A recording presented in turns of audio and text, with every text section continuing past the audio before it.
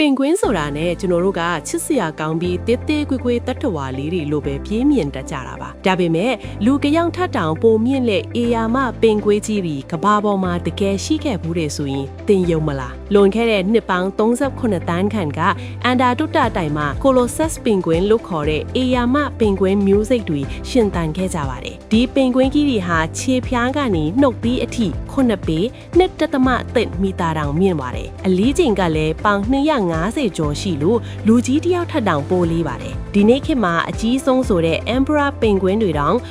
3.6ပေပဲရှိတာမို့ဒီ Colossus တွေကသူတို့ထက်နှစ်ဆနီးပါးပိုကြီးခဲ့တာပါခန္ဓာကိုယ်ကြီးမားတဲ့အတွက်သူတို့ဟာရေအောက်မှာအချိန်အကြာကြီးအသက်အောက်နိုင်ကြပါတယ်တခါငုတ်လီမိနစ်40အထိကြာအောင်ငါးရှာနိုင်စွမ်းရှိခဲ့ကြတာပါတဘာဝတရားရဲ့အံဖွဲရှေးဟောင်းတတဝါဒီကြီးတွေအကြောင်းနောက်ထပ်သိချင်သေးရင်တော့ကျွန်ုပ်တို့ရဲ့ channel ကို follow လုပ်ထားဖို့မမေ့နဲ့အောင်နော်စီစဉ်လေးကိုဒီမှာပဲရပ်ခွင့်ပြုပါခင်ဗျာ